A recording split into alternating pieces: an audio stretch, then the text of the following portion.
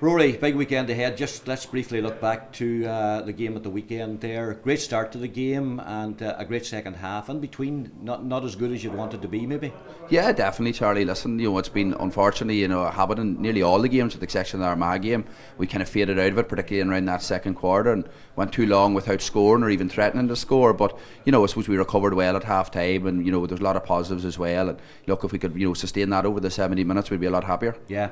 Any reason why that's happening? Are you able to put your finger on it, or is it just one of those things that sometimes happens in football? Yeah, listen, there's no real reason for it. It's something we're not happy with, something we've been working on, but it's been there, and I suppose we've come out of the blocks really well in all our championship matches that we have, and we've gained a lead in the games, and then we've allowed the other team into it. So we've no real reason for it, but it's something that we're conscious and hoping that's not going to happen this weekend. Yeah. I suppose the stats speak for themselves after matches as well. 1-4 in the first half, most of that scored early on.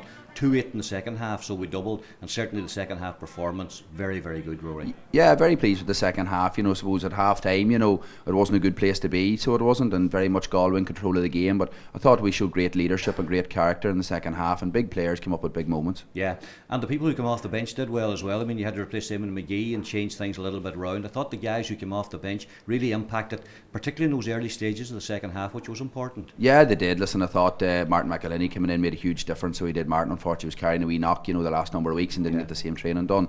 Andy Thompson as well, and you've two really experienced players like that. And obviously then, Declan Walsh, great to get him back in, and Christie as well got a great goal as well. Leo got a great score. So it was a big impact from the bench, and that's something that we'd be hoping to get. Yeah, and that age-old thing that we hear in Donegal, Michael Murphy close to the square, made a difference when he went in there, Rory. I did. Listen, people trying to focus made a big difference. We had a great start with him playing midfield, and we faded out of it when he moved. So it's funny the way people interpret things. The mindset is he should be in there. The mindset is he should be in there, But listen, he's a terrific talent all over the pitch. So he is. I thought he was wonderful inside, and it was great to see it. Yeah, we needed that second half, didn't we? After the Monaghan game, and as you say, fading away in the latter part of the first half on Saturday. It's bound to give everybody a lift. You're scoring 2-8, you're creating a lot of other chances and playing great football along with it, Rory. Yeah, listen, and that was the good thing about getting back to Croke Park. We felt it was a place that we're very comfortable with, so it was. But you're right, we all need a wee lift. Look, your pride takes a big hurt when you're beaten, so it is. We all felt that hurt, supporters felt it. You can imagine how players and management felt it, and we needed to get back on the horse, and we got back in some style in the second half. Not much time then to sort of dwell on it, because we're right into a quarter final now on Saturday again, and Mayo, bit of history there since the All-Ireland final in 2012. They didn't like us beating them. They gave us a good spanking then in return, and of course the league game down in Castlebar area this year. Some might say there wasn't much at stake because both of you were safe, but it wasn't played like that. No, it was spicy for sure, and listen, look, the reality is we've developed a serious rivalry with them, I think, there's a good tradition, among the two teams, supporters, everybody gets on well, but one of our greatest days over the last number of years was clearly 2012, one of our worst days was that day in 2013, so I suppose this is a chance for us to move ahead of them and go 2-1 up. We lost the battle with Monaghan 2-1, so it's another big test, but one we're looking forward to. Yeah, they're a serious team. I mean, people talk about they haven't played much and all that sort of thing, but like Donegal, over the last 5 years, they've been there, and you got to give them credit for it. Listen, they're an incredible team. Really have to admire them. Have to admire their players and their management, and particularly James Horn was there for 4 years as well. He done a wonderful job for them. But their players are great. They're great leadership. They're great quality. I think Kerry are All-Ireland champions, and Mayo had them beaten in the semi-final, or 4 or 5 points up.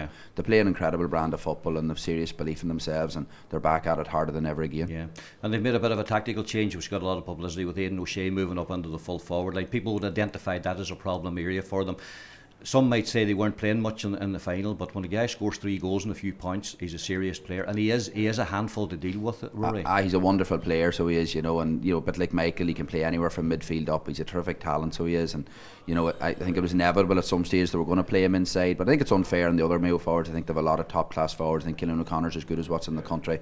They're very hard workers, and Jeremy O'Connor, Kevin McLaughlin, and in the half forward line, but all round they're for a serious bit of quality. I think they're, along with ourselves, Dublin and Kerry, the last number of years they've been up there. Yeah. Obviously, you've got to concentrate on your own situation. Few injury problems. Carroll obviously missed the game. Is there any chance of him being fit to play on Sunday? And of course, Eamon McGee had to go off as well. Two of your frontline defenders. Yeah, well, relatively good news on both. Eamon went over. He rolled an ankle, but from doing the recovery session yesterday, his ankle hadn't swollen up, which was a big break. So it is. We'll be very confident Eamon will be back training during the week. So hopefully he should be fine. And with good news on Carroll, he done a bit of training yesterday. So we did. We'd have to monitor it during the week, but we'll be a lot more optimistic now than we were earlier, than we were last week. Big call to make, having him missed the game at the weekend, and haven't been injured. But I mean, he brings so much to the team. It's a difficult one to leave him out if you think he's there. Yeah, listen, if Carl's fit, he'll be playing. Yeah. There's no doubt about that, So we'll give him every chance. So we have to monitor it. It wasn't an overly serious injury.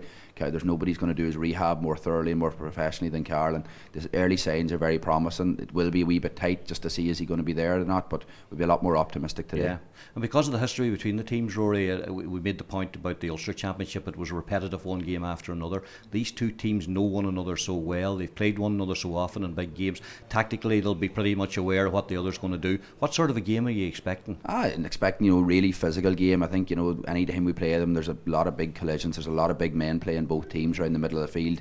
Yeah. It doesn't be overly defensive, the games against them, I think, even that league game that you referred to, it was played at a huge level of intensity, so it was, and the pendulum swung both ways, so they did. But Mayo, are a team that like to dominate you in the air in particular, and the big runners from the half back line, and they've obviously added Aidan O'Shea now as an extra dimension in the play. They mix it up.